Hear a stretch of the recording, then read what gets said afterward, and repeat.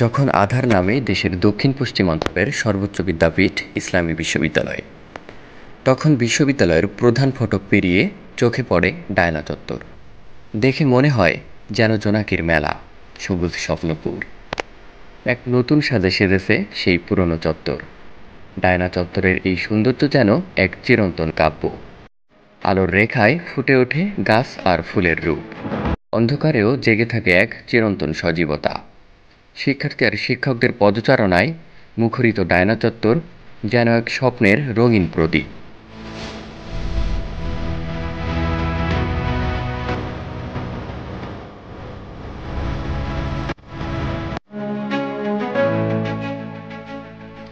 নতুন এই রূপ যেন এক নতুন সূচনা। ডায়না চত্বর সৌন্দর্যের মুগ্ধতা ছড়িয়ে দিয়েছে পুরো ক্যাম্পাসে, যা ক্যাম্পাসকে প্রাণবন্ত করে তুলেছে।